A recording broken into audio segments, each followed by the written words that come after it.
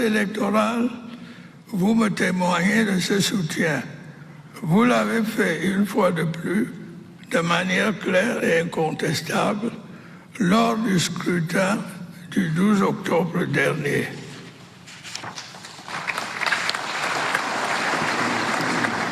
Camerounaises et Camerounais de l'intérieur comme de la diaspora, en ce jour où j'entame un nouveau mandat, de par la volonté de Dieu et du peuple camerounais souverain, je voudrais tendre la main à tous et à chacun. Nous devons ensemble jeter les bases d'un avenir encore plus prometteur pour notre cher et beau pays, notamment pour notre jeunesse. Nous avons certes beaucoup accompli, mais nous avons encore tant à réaliser ensemble pour nous-mêmes, mais aussi pour les générations futures. J'en appelle donc à l'union sacrée. Joignez-vous à moi pour que nous puissions ensemble, dans la paix et la concorde, relever les formidables défis auxquels notre pays est confronté. Je vous invite tous à prendre part à ce combat salutaire. Les joutes de l'élection présidentielle sont derrière nous. L'heure est désormais au rassemblement. Ce pays est notre patrimoine commun. C'est notre bien le plus précieux. Nous devons le construire, le solidifier, le moderniser et non le détruire.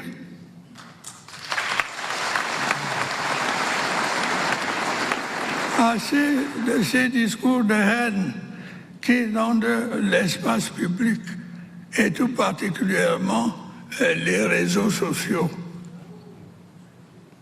Camerounaises, Camerounais, mes chers compatriotes, le projet de société dont je suis porteur vous a été exposé et expliqué de long en large pendant la campagne électorale qui vient de s'achever.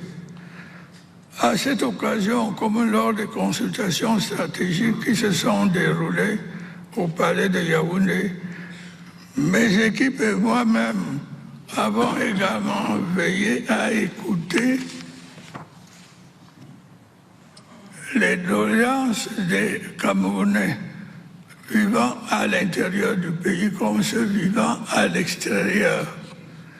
Nous avons entendu leurs préoccupations, leurs frustrations, leurs doléances, mais aussi leurs aspirations, leurs attentes, leurs espérances et leurs suggestions.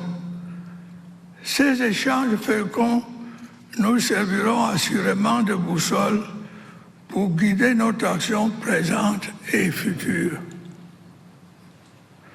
Camerounaises, Camerounais, mes chers compatriotes, ainsi que j'ai eu l'occasion de vous le dire, la situation des jeunes et des femmes sera au cœur de mon action tout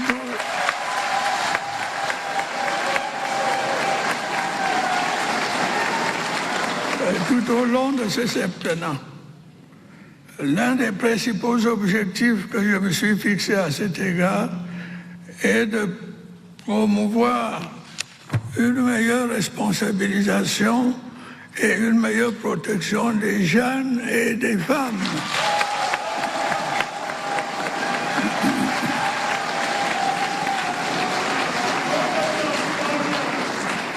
Ainsi que vous le savez, des efforts méritoires ont été déployés ces dernières années en faveur de la jeunesse, telles que la construction de nombreuses infrastructures scolaires et universitaires, la promotion de la scolarité des jeunes, la professionnalisation des enseignements, la création de nouvelles opportunités d'emploi en faveur des jeunes. Nous allons intensifier ces efforts en veillant à ce que les jeunes et les femmes bénéficient d'une protection accrue dans les milieux scolaires et professionnels, mais aussi en dehors de ceux-ci, pour pouvoir s'épanouir pleinement.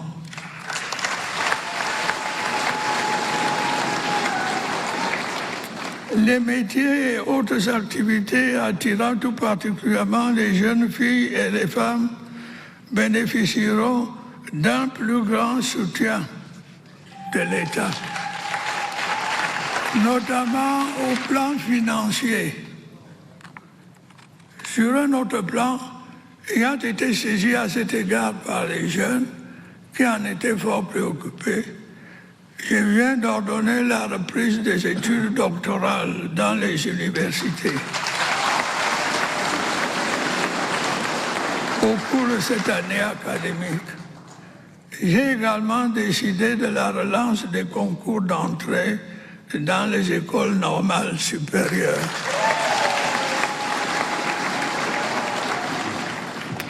Mes chers compatriotes, mesdames et messieurs, j'envisage de mettre en œuvre dès les premiers mois de ce septembre un plan spécial de promotion de l'emploi des jeunes dont les axes principaux seront les suivants. Premièrement, la mise en place de facilités administratives et fiscales pour les entreprises privées avec en contrepartie l'obligation pour celles-ci de recruter les jeunes. Deuxièmement, le renforcement des mécanismes d'encadrement et d'accompagnement des jeunes dans la conception, la mise en œuvre et le financement de leurs projets. Ceci se fera en liaison avec les banques locales et les bailleurs de fonds internationaux. Troisièmement, la promotion du développement d'entreprises dans les secteurs à fort potentiel de création d'emplois, à l'instar du numérique, des mines, de l'agriculture et des services. Quatrièmement, dès le prochain exercice budgétaire, une proportion du budget d'investissement de l'État sera consacrée à la réalisation de travaux à haute intensité de main-d'œuvre, au profit des jeunes sur toute l'étendue du territoire. Ceci se fera en lien avec les collectivités territoriales décentralisées et les associations. La réussite de ce plan sera facilitée, j'en suis persuadé, par le courage, l'ingéniosité et l'inventivité dont nos jeunes compatriotes savent si souvent faire preuve. Mes chers compatriotes, mesdames et messieurs, soucieux d'apporter des réponses appropriées aux préoccupations des populations, nous veillerons au cours de ce septennat à accélérer la réalisation des projets en cours dans différents secteurs stratégiques tels que l'énergie, l'hydraulique, les infrastructures routières et la santé publique. Il va sans dire que les efforts engagés dans la lutte contre la corruption seront intensifiés.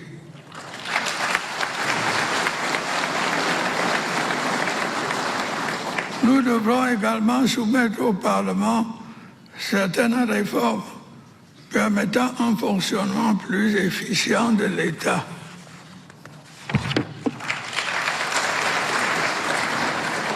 Grâce à une adaptation de nos institutions aux exigences de notre environnement.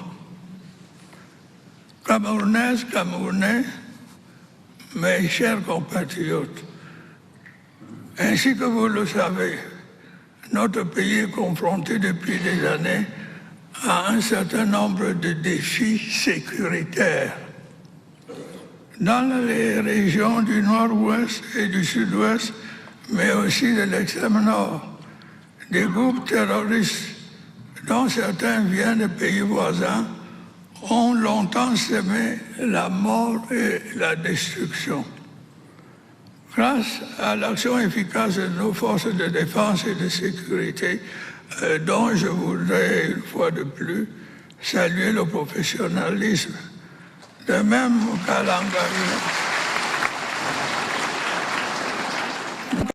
l'engagement courageux de nos vaillantes populations, la situation générale s'est nettement améliorée.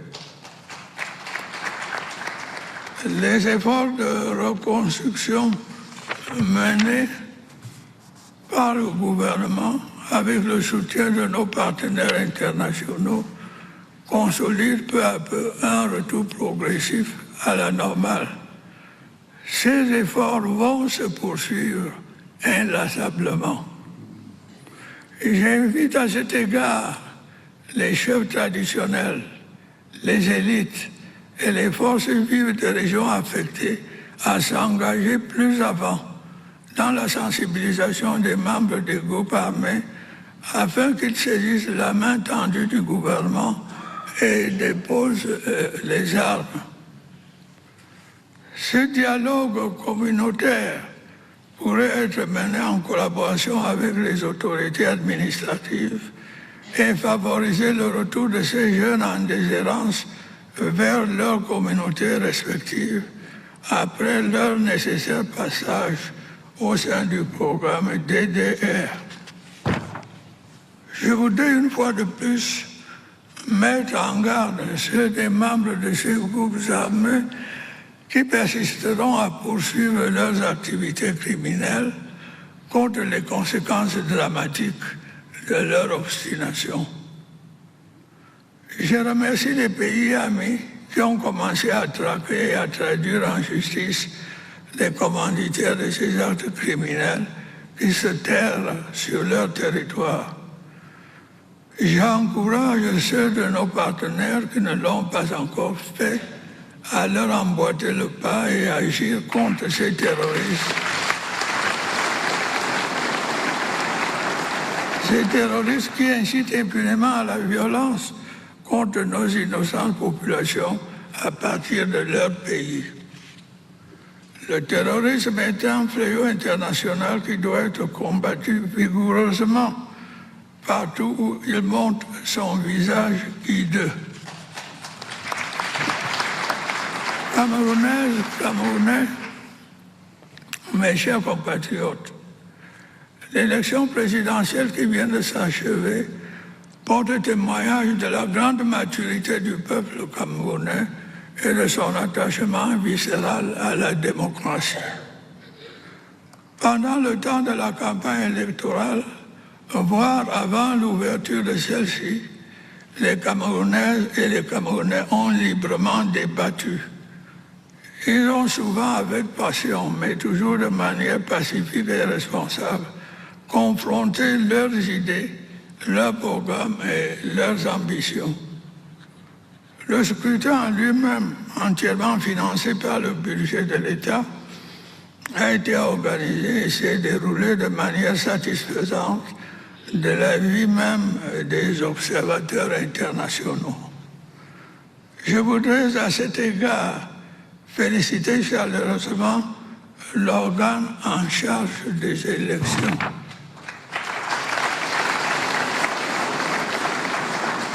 Une fois encore, l'ECAM a pu relever ce formidable défi dans un contexte qui n'était pas toujours facile.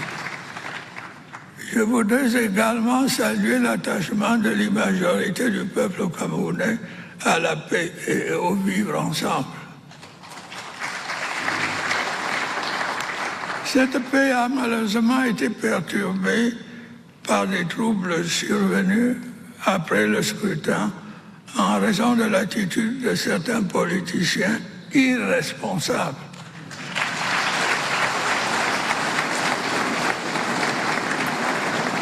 Dans diverses localités, des scènes de pillage et de vandalisme d'une violence inouïe ont été observées. Il en a résulté des incendies, des destructions des biens publics et privés, des attaques contre les forces de l'ordre et des pertes en vie humaine. La situation a pu être maîtrisée, grâce au courage, à l'abnégation et au professionnalisme des forces de défense et de sécurité, qu'il me plaît de féliciter chaleureusement.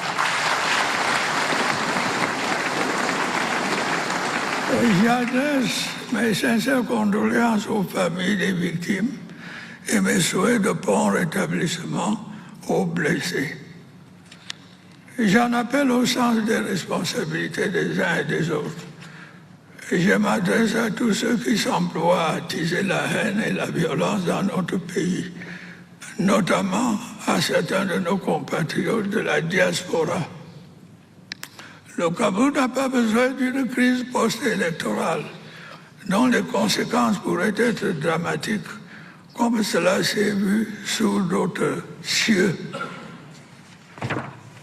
Mes chers compatriotes, il est de ma responsabilité de veiller à ce que l'ordre soit maintenu.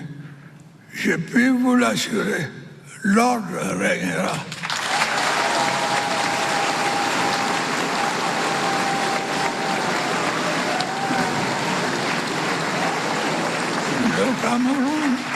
Le Cameroun continuera d'avancer.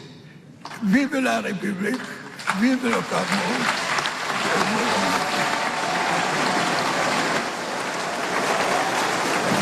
That was the new social contract. When I think of philosophers like Thomas Hobbes, John Locke, and Jean-Jacques Rousseau, it is clear that Paul Biya has entered a new social contract with the people of Cameroon in this moment and on this day.